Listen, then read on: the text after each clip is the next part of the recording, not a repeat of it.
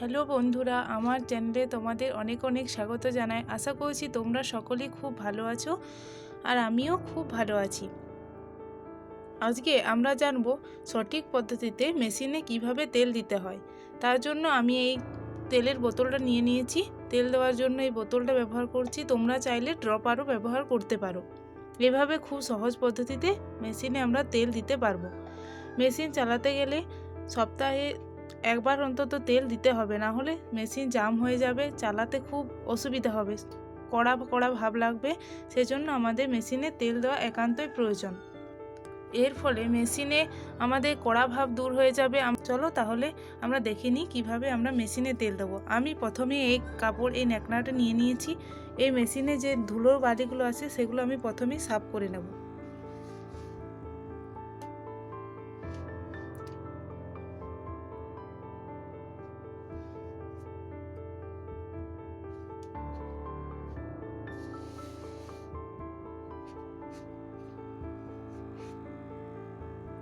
আমি আমার প্রয়োজন মতো সাফ করে নিলাম। এরপরে আমি এটায় তেল দেব। চলো দেখে নিই এবার কিভাবে তেলটা আমরা দেব। প্রথমে এই ফুটোটাতে আমরা তেল দেব। তারপর এই ছিদ্রটা দিয়ে তেল দিয়ে দেব। এরপর এই ছিদ্রটা তেল দিয়ে দেব। যে ফুটোগুলো থাকবে আমরা সেই ফুটোগুলো আগে তেল দিয়ে নেব।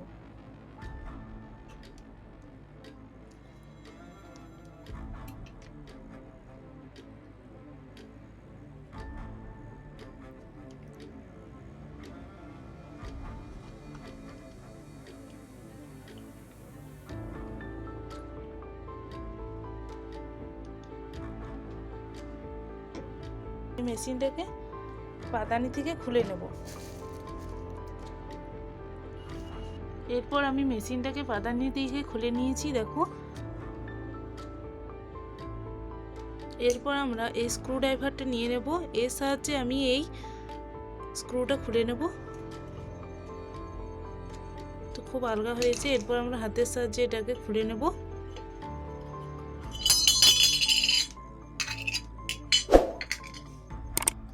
এরপর এই ভেতরের অংশে আমরা একটু একটু করে তেল দিয়ে নেব।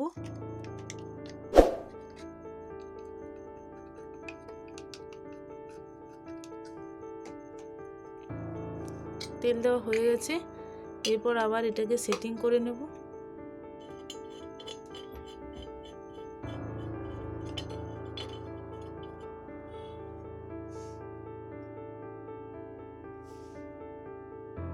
এবার মেশিনটাকে একটু শুইয়ে দেব।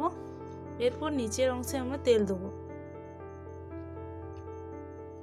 যদি তোমাদের মেশিনের নিচের অংশে প্রচুর ধুলোবালি লেগে থাকে, আগে থেকে তোমরা সেটা সাফ করে নেবে, না হলে আরও বেশি ধুলো জমে নষ্ট হয়ে যেতে পারে। আমি রিসেন্টলি পরিষ্কার করেছি, তাই আমি আর পরিষ্কার করলাম না নিচের অংশটা।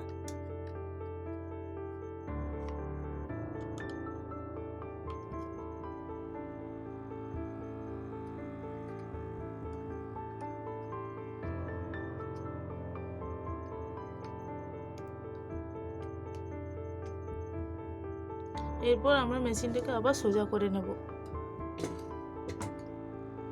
সোজা করে নেওয়ার পর আমি মেশিনটাকে একবার ঘুরিয়ে দেবো। দেখো মেশিনটা খুব লুজ হয়ে গেছে, খুব সহজে ঘুরতে থাকছে।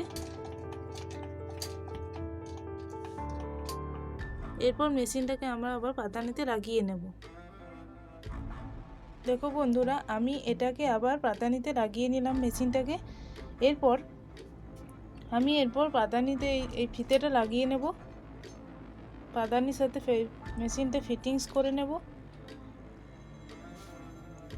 আমি এরপর এটা ফিটিংস করে নিয়েছি। দেখো এটা এবারে ঘুরছে পাদানির সাথে সাথে। এবারে চলো দেখে নিই আমরা পাদানিতে কিভাবে তেল দেব।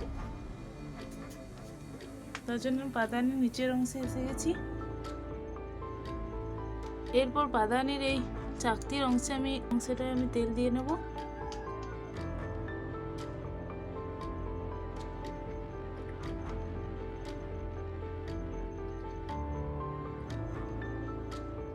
এরপর নিচের অংশে এই জায়গাটা একটু তেল দিয়ে নেব।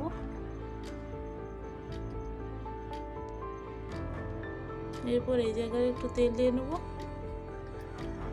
সামান্য একটু এখানেও তেল দিয়ে নেব। এরপর আমি আবার মেশিনের উপরের অংশে চলে এসেছি। এরপর আমি কাঁদানির সাহায্যে মেশিনটাকে ঘোরাবো। এর ফলে তেলটা সম্পূর্ণ যে যে জায়গায় দিলাম সেগুলো আর ঝরে পড়বে না, মেশিনটা তেলটা সমস্ত জায়গায় ঘুরে ঘুরে লেগে যাবে।